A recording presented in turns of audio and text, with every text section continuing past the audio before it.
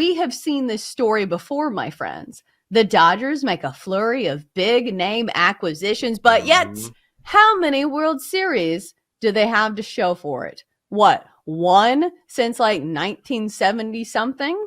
So Jenks, I think that's the case against the Dodgers, is the fact that they have done this before. They've opened up the checkbook, but yet it hasn't resulted in a World Series win. So are you taking the Dodgers off the menu for your futures bets?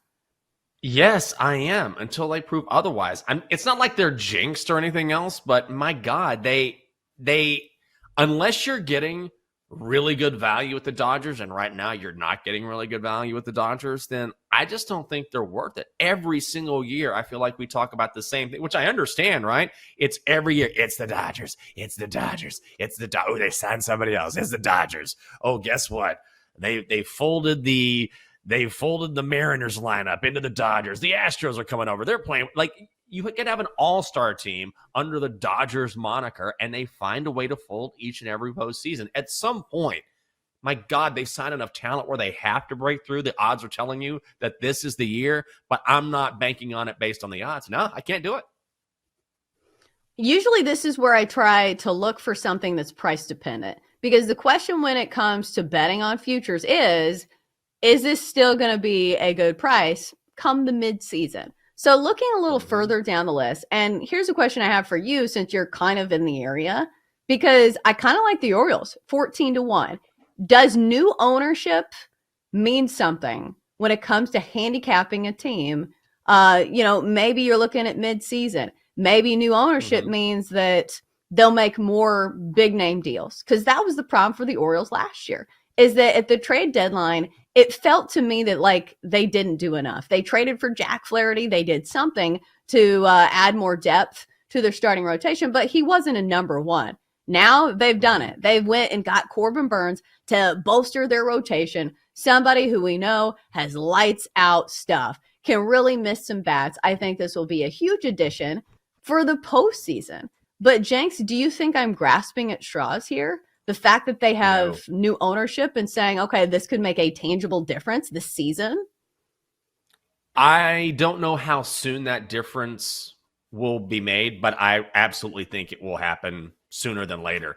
And this is an Orioles organization. This is a fan base that has been dying for new ownership for so long, because when you have an owner who has decided, here's the thing, if you own a Major League Baseball franchise, an NFL franchise, whatever, you can be a bad owner, you can be a cheap owner, and still make money just by virtue of the fact that these franchises they're just money makers. They just are. You just have to decide how much you want to spend, but ultimately, whether it's a lot or a little, then you're going to make cash. So you can be really hamstrung by an ownership group or a family that owns a team that says we're just not going to spend that much. And that has been the problem with the O's.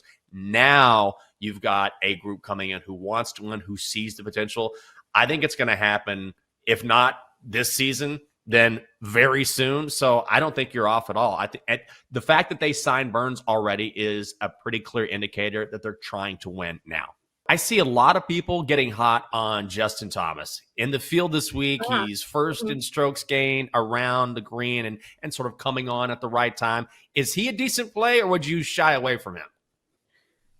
JT is interesting because for me, I'm not interested in playing Justin Thomas right now. And maybe it's because I'm still caught up on what happened to him last year, where he was playing bad golf. Like, let's be so for real. I don't think he should have been on the Ryder Cup team, but he's a name. He's kind of the guy. He's in the boys club, right? So he's going to be on the Ryder Cup team no matter what. Maybe I've been a little burned by him in the last 8 months, so I'm shying away. I also don't love the ultra popular plays. So JT is popular this year, or this week rather. Adam Scott is really popular this week. Sam Burns is really popular this week. So generally, those popular guys, to me, I'm more interested in fading them. Like Victor Hovland, I don't understand why Victor Hovland is priced as high as, or low as he is rather, because I also like another play, because you can actually bet top nationalities too. So the top Canadians, the top Europeans, top North Americans. I love a top continental European, and I'm fading Victor Hovland because he is the odds-on favorite in that category. And I'm going down to Ludwig Oberg because he's been on fire this West Coast swing too. He has a great driver, good with long irons, he's very comfortable on these types of greens. And the Riv is a tournament where, yes, you need to do everything well. And I think a lot of people are like, approach play, approach play, approach play. To me, it's the long irons. That's going to be the name of the game. And Oberg has some nice long irons. So, yeah, JT, always a good play no matter what, I guess. But I don't like the form he had just 6 months ago. So if he's able to turn it around that quickly, so be it. But I'm targeting a couple guys differently, I guess. All right, I got to ask about Max Homa, somebody who has won at the Genesis before, the hometown guy. But if you looked at his last 2 events, hasn't been that great. So what wins out when you're handicapping? Somebody who has played well at this specific course, or if somebody has not been playing like super well as of late? Are you in on Max Homa this weekend, or does the recent play scare you a bit?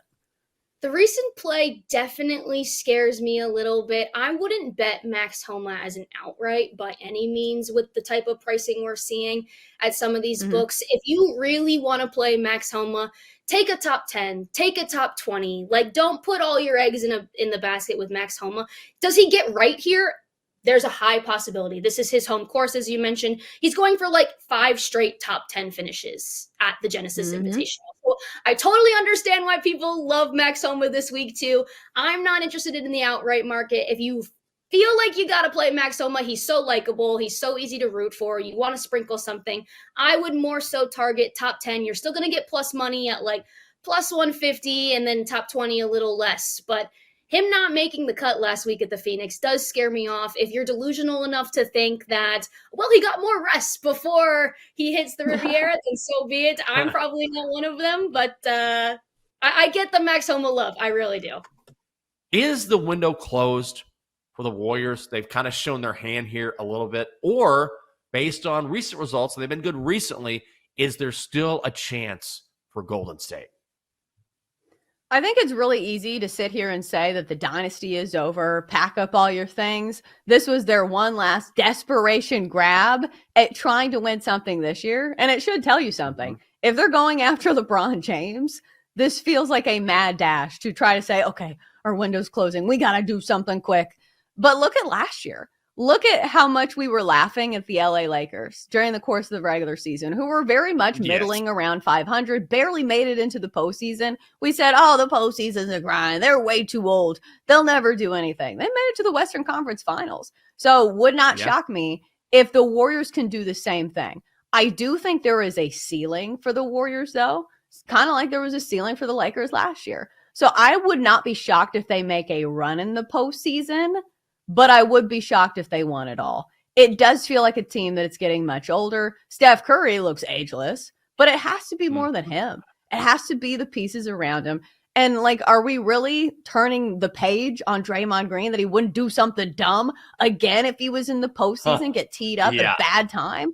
So it would be shocking to me if they won another one. Wouldn't be shocking, if they upset somebody in the postseason, because the Lakers did it last year. But unfortunately, it does feel like the dynasty is over.